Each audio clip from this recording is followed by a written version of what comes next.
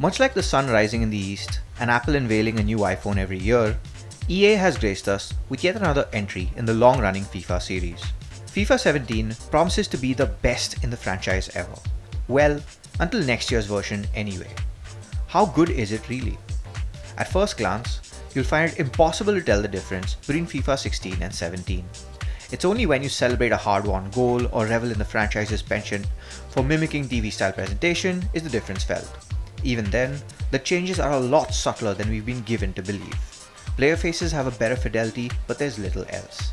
Animations appear smooth, but they don't feel as refined as they do in last year's game. There's also a host of subtle yet important gameplay tweaks. The game makes you rely on pacier players, along with a strategy of weaving through gaps in the opponent's defenses. Passes don't really feel strung together until you reach the last third of the pitch. Passing is precise for the most part, as long as you're not using any of FIFA 17's assist features. The same applies to switching. More often than not, you'll find yourself controlling the player furthest from the ball when the opposition is making an attacking run, leaving you at the mercy of the game's barely competent team AI. Taking corners has been reworked as well. Though a targeting reticule should make driven shots more precise, it feels as if EA has added another step into taking a corner with no improvement to accuracy. Over extended periods of play, it actually seems like a step backwards. This isn't the only retrograde move. Dribbling is just slower and less intuitive, as is shooting. It takes perceptibly longer for you to launch a volley than it was in prior games. When stacked up, these minor modifications impact gameplay tremendously. They feel out of sync with the improved sense of pace, and they make FIFA 17 feel like a faster game, but not one you have complete control of, like you would in FIFA 16. The biggest addition is a single-player, story-driven campaign known as The Journey.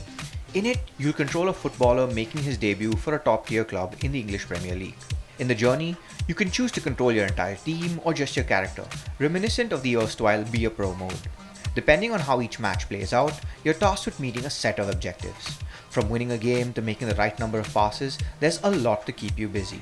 Interspersed between big matches are training sessions that improve your chance of breaking into the starting 11. The mode isn't as balanced or straightforward as it could be. You could score a hat-trick in one match, but find yourself on the bench for the next because you didn't perform well enough in training.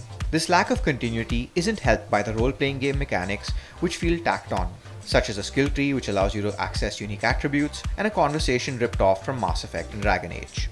The Journey tries to underscore the tension between your character and his best friend who plays for the same club, but it's ridiculously cheesy and ends up falling short. Other modes fare better though. FIFA Ultimate Team allows you to cobble together a team you can call your own, and FIFA Ultimate Team Draft makes a return as well. Both are massive time sinks, bolstering the journey, exhibition matches, tournament, and manager mode, among others. While there's fun to be had in FIFA 17, it's nowhere near what it should be. Some of the changes to the fundamental moment-to-moment gameplay are detrimental to the overall experience, and the journey mode falls flat. FIFA 17 isn't the best effort from EA, but it isn't the worst either. There is a better football game this year, and it isn't from EA.